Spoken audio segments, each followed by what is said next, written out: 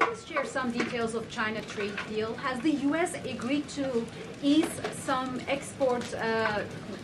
technology export restrictions?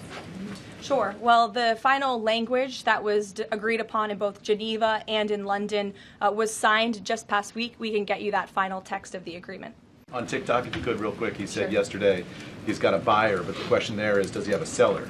And do you have any indication from the Chinese government that they've authorized a sale of TikTok to the U.S. or to U.S. buyers? What I can tell you is that these discussions with China regarding the sale of TikTok have been ongoing at the highest level, and they will continue. As you know, we have another 90-day extension, and it's just to continue to work out this deal and make sure that TikTok stays on for the American people. That's the president's main goal in this, while protecting their privacy and their security. I just watched a CNN segment on a new app called ICE Block, and it kind of appeared to be promoting this app where you can tell people where ICE agents are.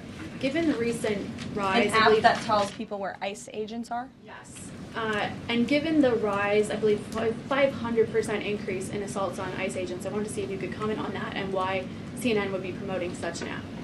Well, it's a very good question. I'll have to go back and watch the clip myself, but surely it sounds like this would be an incitement of further violence against our ICE officers. As you know, as you stated, there's been a 500% increase in violence against ICE agents, law enforcement officers across the country who are just simply trying to do their jobs and remove public safety threats from our communities. And that's something we as Americans, including journalists at CNN who live in many of these cities where illegal aliens are hiding and were let in from the previous administration, should be very grateful for. So we haven't seen the clip. We'll take a look at it. So President Macron of France earlier today said that tariffs levied by powerful countries are often a form of blackmail, and criticized the sort of process that's underway. He didn't mention the United States specifically, but said that these tariffs are really hurting developing countries. So there's this big UN conference going on. What do you say to that?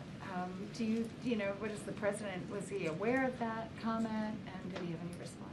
I think the president and the White House would certainly reject that characterization by Prime Minister Macron. Tariffs are an effective use of presidential power to bring back the middle class, to bring back our manufacturing industry, which was the backbone of our American economy and has been hollowed out by globalist politicians who have caved to foreign countries instead of doing what's right for American workers. That's why the president is effectively utilizing his authority to wage tariffs and to utilize tariffs, and continues to be in discussions and negotiations on trade to do what's right for America. And Europe and the rest of the world might not be used to that, but President Trump is back in town, and he's going to do what's right for our people and our country. Can I just follow up on Netanyahu?